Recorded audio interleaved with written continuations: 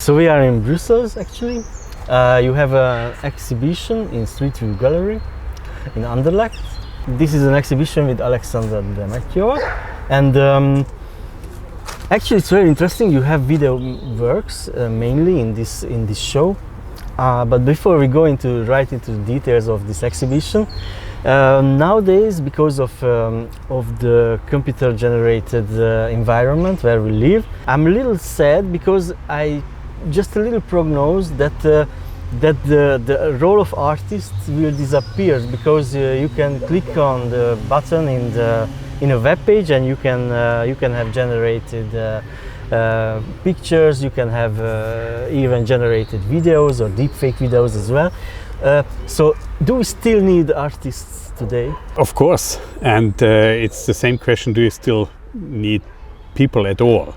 If you say no, then you are fine, you can go with AI and whatever. But for something it's made for people, you need people. So all the AI, whatever generated images, it's just gitch.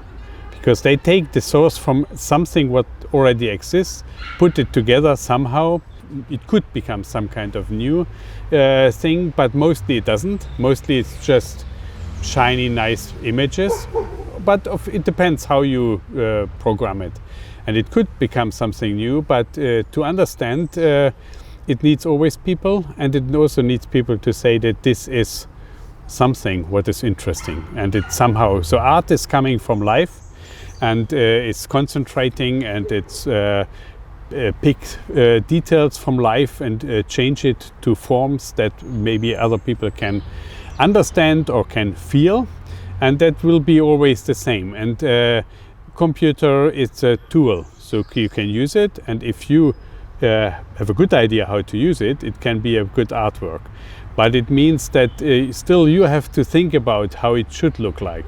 So this, what you thought about, that it's just, mixing up something. It could be like a nice ornament. It's more like an illustration. It's a decoration, and it will have a lot of rules in the everyday's life, but not art. So it won't be art. And of course, there you start a long discussion what you had when animals were throwing, or you have found. We did a project in Hungary with found art. So I did it in Trafo, and I asked artists to go around the city and tell something what looks interesting that could be their art. And so we had the catalog and something, and you really can say, okay, if somebody says that this is my art piece, then it becomes art in a way. Mm-hmm. And it also shows to an interesting point that if you have one art piece, singular, it's very difficult to talk about. But if it's a part of a work body of somebody, and you can compare, so this is something because he chosen it, because he used to do other art pieces, what is about the same theme or the same approach or something, then it really shows that there's more behind than maybe just a chance. And it doesn't change really with artificial intelligence. So it's maybe it even makes it a more value to do something more manual, more analog or something. But still, so it's a discussion. So when is something art, and who is telling that, and who is believing it? Uh-huh. I mean, with all art is always a good reason to think about and to make people sensitive for this kind of question, what goes a bit out of the normal day's functionality. Uh-huh. So in that way, you will always need artists. Yeah, in my meaning, the artist's role is not to create something or just decorate the walls, but to think about our society and about what could go wrong, what is already going on a wrong direction or could be better, and to talk or emphasize or visualize these things. And in this meaning, okay, we can say that this doesn't change at all. The reason why we need artists, why we need art, I think it's a kind of freedom, what is very important. And with this technological, it's even more difficult to see where is the freedom in all these things we have thoughts we have, thoughts other people try to get into us, and so we have to take care, like with every tool, so you can use it in different in different ways. We had a lot when it started with the computer. Also, I think it's so easy, or you don't need to do anything or whatever. So computer does it by itself, but it still was only a tool. So when you draw something in a computer, it was still a drawing. So you had to think about what it is about the theme, about of course about the media as well. So that's why it will have a change, because it's a media and you should show how it works and so on. So you should, a lot of things are to look behind something, so you have to look behind that. And that is actually this rich background for art. So because art is always a kind of reflection to our life or to our surroundings. So if these things exist, of course we will use it in the art, and we will use it differently, because art is very good in using things without their normal function. In this exhibition, actually, you have a video work where you show the architecture of a square in Munich. And actually after that it's mixed, and we see the actual people walking on the street, and by the way demonstrating because of something. It's not evident in the video, at least for me. So we can say that you are also interested in the architecture way of thinking and in the humanity. It is a series of works I do with cities or places I'm connected to. So there's one what is shown now in the exhibition from Munich, because I live nearby Munich since 10 years. There's one from Budapest, from the Hero Square, because I stayed there for over 22 years. So it was actually the most important time in my life. So from my youth to whatever, 40 something. And I tried to start with these images from kind of central places in this town, and I like to have a lot of people there. This situation of demonstration, it's very great, because you have a lot of people and they want something, so you have an energy what comes together, and you feel, even if you don't know what's about, and it's good, so you don't need to know that. I want to have a demonstration with, in my view, a kind of positive aim. So I don't want to have a really bad way of thinking because you feel that. So I think you feel why they demonstrate, and you feel the energy. It's important to make also the opposition when it changes later, and people vanish, they disappear, and the image gets more and more reduced, simple, abstract. And the idea behind is, or the little play is that often we think what will happen with humanity, and this is also part of the exhibition with Alexandra Demetjeva's work, playing around that. So what could be our future, and to make us sensitive, of course, for the situation now. And so one idea is that we will connect to the digital systems, to virtual electronical surroundings, getting our brain into the computer and be only digital. And this for me, it's the symbol that is the only lines, like a kind of 3D space construction. So no bodies anymore, nothing. You still can recognize the town, but so it's more, so really almost lost in the space.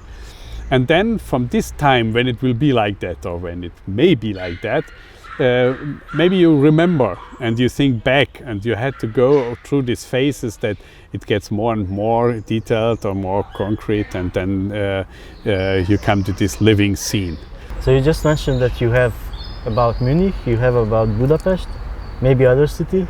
Next one will be in New York, hopefully, because I like New York very much. I didn't live there, but I went there very often, and I loved the atmosphere, and so I try to do that next year. So with some preparation I have to do, and then I will see. I don't know. I didn't think about the next one. Maybe my birth town. So it is Halle an der Saale. It's East Germany. So I grown up there till I was 17, and then I moved to West Germany, what had also a lot of difficulties, but people almost forgot, luckily, but it's still an interesting story. And then there I went to university, art academy, and after, or in between, still I moved to Budapest already, because I wanted to see something else, get more impact, and I loved very much the Hungarian art scene. Of course, it was somehow connected with my roots as well. So from the socialist country, but Hungary was always much more developed in a way, cultural way, more free. And so even after the system change, for me it was interesting to work with these people and to be part of this art scene. I started to make exhibitions with the concept connecting to my biography, because of course my works didn't really were made, connected to any of my my private life, but still when I look back, I saw there often I use part of my private life, or they are connected in another ways. I want to go back to the point where you went to Hungary, because I think it was not typical, because everyone knows that the Western cities, like you mentioned New York, London and Paris, these are the typical art centers. So I'm really curious to know that why was Budapest interesting in the 90s. But later on, I don't know if you know Gábor Kerekes, because he mentioned, thanks for the ambulance. Thanks for the ambulance, but I like to have this in the videos as well, because something has happened and blue light. I have films with that when it goes, so some action has happened. Almost artistic moment. Absolutely. Cool. So actually, Gábor Kerekes mentioned that in the 90s there was an interesting moment, because the Western part was looking for, and it was also what Boris Ondrejecka said, the Vienna contemporary curator, that at the special moment in the 90s, that was the historic moment when the Western realized that, okay, there's in Eastern countries like Poland and Slovakia and Hungary and Serbia and Croatia, and they really wanted to know what's going on there. But it stopped at a certain moment in 1996 or 7 or something like that. We don't know exactly. But after that, I think still again, no one is really interested in, or just the last. So was that a special historic moment for you as well? Of course. I mean, that was the 90s was the freest time and the most promising time for me and for a lot of people in Central or Middle Europe as well. I think in general, because there were this theory about end of history and so on. You thought now everything is becoming so great. In the former socialist countries, it was shown, of course, in the most obvious ways. So you saw there's a lot of change. There's a lot of hope there.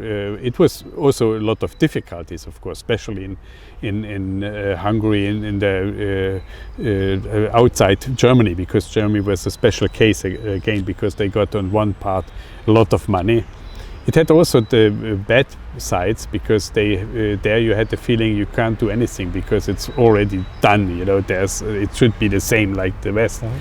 In Hungary, it was a bit still more. You have the feeling that there are a lot of possibilities.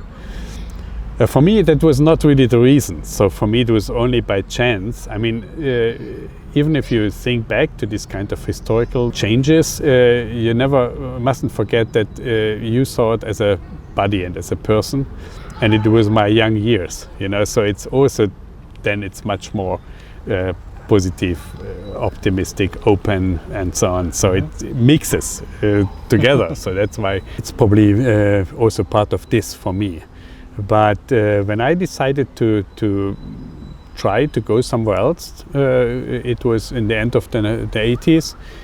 Nobody knew about that it will change. So, and I was in Braunschweig on the academy, and we did an artist house there, a gallery, a lot of organization, and it was great. But I feel after a time that I would like to get different inputs and also do more my own artwork. And I thought about where to go.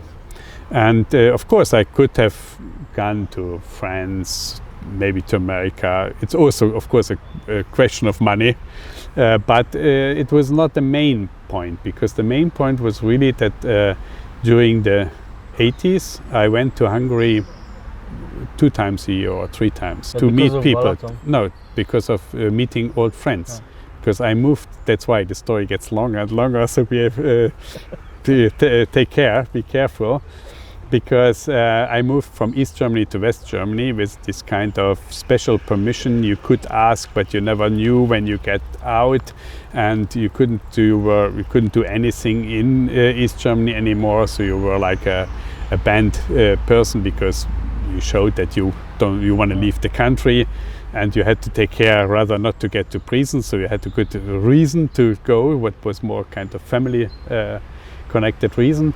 And if you could get out, and you didn't know, so we were quite lucky, because we got the permission after a year, because there were 2 big waves in Eastern Germany in 1983 and in 1984, when they let go some 100,000 people because they wanted to make peace in the country.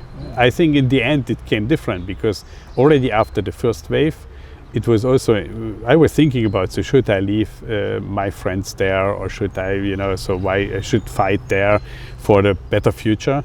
But after the first wave, there were so many people, and always the best people in our view, they were already gone. So for whom do you fight?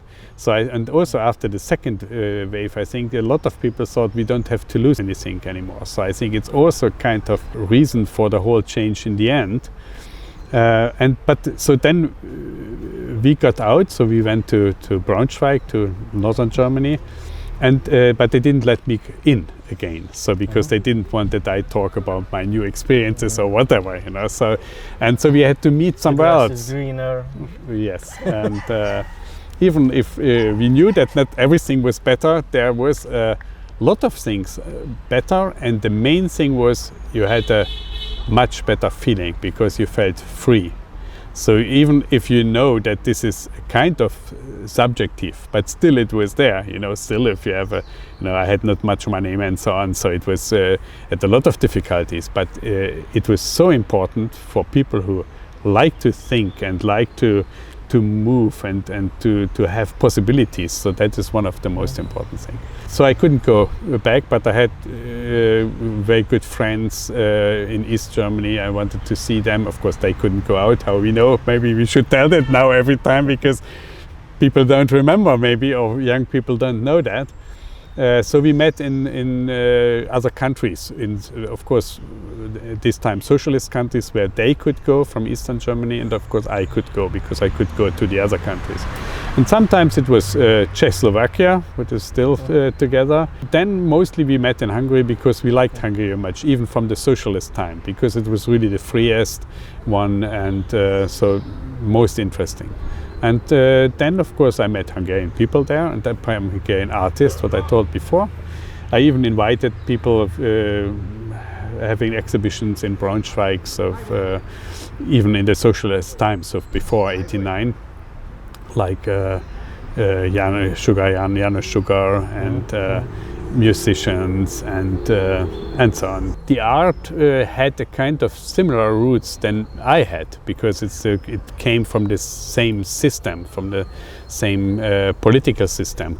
So I found a lot of things back, what of course I was not connected to when I was in West Germany. So it was interesting to somehow get involved again, and still it was much more interesting in Hungary than in Germany, in Eastern Germany. So I have to tell that, because the Eastern Germany, the repression was much bigger. And so when I decided, so what do? I thought, okay, I would like to stay for a time in Hungary. The decision was even made before '89. And then I already prepared, and you could stay for 3 months, and then you had to go out and go in and so on. But then when I really started to move, then it was the system change at almost the same time. It was one of the best times. So I think also for a lot of my Hungarian friends. So you had to fight, but you thought that it will be a good end. You know? So we still hope it will be a good end, but it got a kind of down again. So, I never thought that I will stay there forever, or I only go there for a year, because then you always think already to the end. So I thought, just let's happen. You know, we will see. And I had no really reason to go back to Germany after this long time when we had different reasons to go back. So in this time I really felt like a Hungarian. So it was, and I had a lot of what I thought, a lot of first experiences in Hungary and a lot of developments and so on. Yeah, many people actually telling me that this period, after maybe the 5 years after the system change, was the best of ever. Yeah, we always have to see it's mixed with our most productive years as well. So the 20s of my life, and that used to be one of the best periods too. So in being creative, doing things and having energy. And for me it was also lucky, because in Hungary you really were involved in the changing. Like I thought in Germany it was more brought from outside, and you had to rather to take care that you keep your own identity. So in Hungary you had the feeling you can build on this identity. That was a very good feeling. After that you was the director of Trafo, which is a contemporary art space. Of the gallery in Trafo, not in Trafo. Yeah, of course. It is a contemporary art center with theater, with concert hall, and many other things. But it also has and still has a gallery. Yeah. But then I think it was super interesting for you that you have a scene you are new to, and you might know all the names. You might know some names, but then you can work with anyone because of you are new, and you don't have to work with the university students or the must-known names. Was that freedom as exactly what I just described, or was it some names in your mind already? Not really, because then it was 1908 when we started. So the director of Trafo invited me to build up the gallery in this whole building. And he found me through the studio of young artist FSK, and so because he was asking around who could do this job for him, because he is a very big specialist in dance and contemporary dance and theater and so on. But he was really a kind of future thinking to have this institution to combine the different arts, and so he wanted to have a visual art gallery there as well. And I was already 10 years in Budapest, so I was not that new, so I knew everybody, so it was not easy from that point of view. So I think people recommended me because they told I did a lot of organization, and it was with the studio we organized exhibitions abroad, and I think he liked this kind of international experience he wanted for his place. I was able to be very objective and try to see pattern structures, and when we did the exhibitions we had themes and invited, and of course the international experience was important. And I think it was also later on always important that we get connected to the foreign scenes, to foreign artists, and so because that was important for us in Hungary as well. You know, I have a funny thing, because I am also Hungarian, so maybe that's why I'm telling you that the Hungarians, I think, are sometimes believing that they are very special because they are like a unique point in the universe and so on. But actually, when I visited some artists in Croatia, in Slovakia, Austria even maybe, or in Slovenia, Serbia, or even in Bosnia, I found a lot of similarities in the way of thinking, the kind of this pessimism that okay, the history is way above us and we cannot do anything of that. Do you see anything special? Oh, that's a difficult question. Of course, I think everybody is special, so it's no question. To say a kind of cliche about the country, it's more difficult. It's special for sure. I mean, I was asked very often, so what's the difference between this former socialist and the Western art, for example? And I think that you can point out in a way, even if we don't get to the specialty of Hungary, but the special of this different way of background, that art is always a balance between content and form. And I think the best art is if it is really a kind of balance. And in the former socialist countries, or in all the countries with a big repression, the content gets more important, because you always have to explain why do you do that, why you don't do the mainstream, why don't you support the power and so on. So that's why it makes it interesting. But often then it's less, the form is not really coming up to the same quality than the content. In the Western it was often the opposite, of course, with exception, and the real good art was always good in both sides. But in the Western countries, they have a very big concentration on form, and so somehow you lose a bit the content. It was interesting for me as well to see the other side again, in a way. And that is a kind of specialty. In Hungary, for me it's very difficult, because I love all my Hungarian friends. So I feel very well there in the country, not in the recent political system. And the people are very kind. And I like the language, for example. So because I were in the other language countries with the Slavic languages. And somehow Hungarian was always the most sympathetic, even if I didn't understand anything. So when I came to Hungary, that was great, because it was when I heard people speaking, it was like a sound, like a noise, nice melody for me. If you saw the writings, the advertisements, it was like a nice ornaments. So and normally if you sit on the tram, sometimes it's very disturbing. You hear these people talking about stupid things, and you see the advertisement, and it's you can't get away from it. And this time it was great. It was also like a freedom to live there. I even never thought that I will speak Hungarian, so it came only really after time. And also I had friends in this time couldn't speak other language what I could speak. And we were communicating by drawings, and it was really interesting. So that you had to change, to see what you can, like storyboards or like little comics, and so it was something easy to draw, but something else. For example, how do you draw I? So you could make a figure maybe, but so.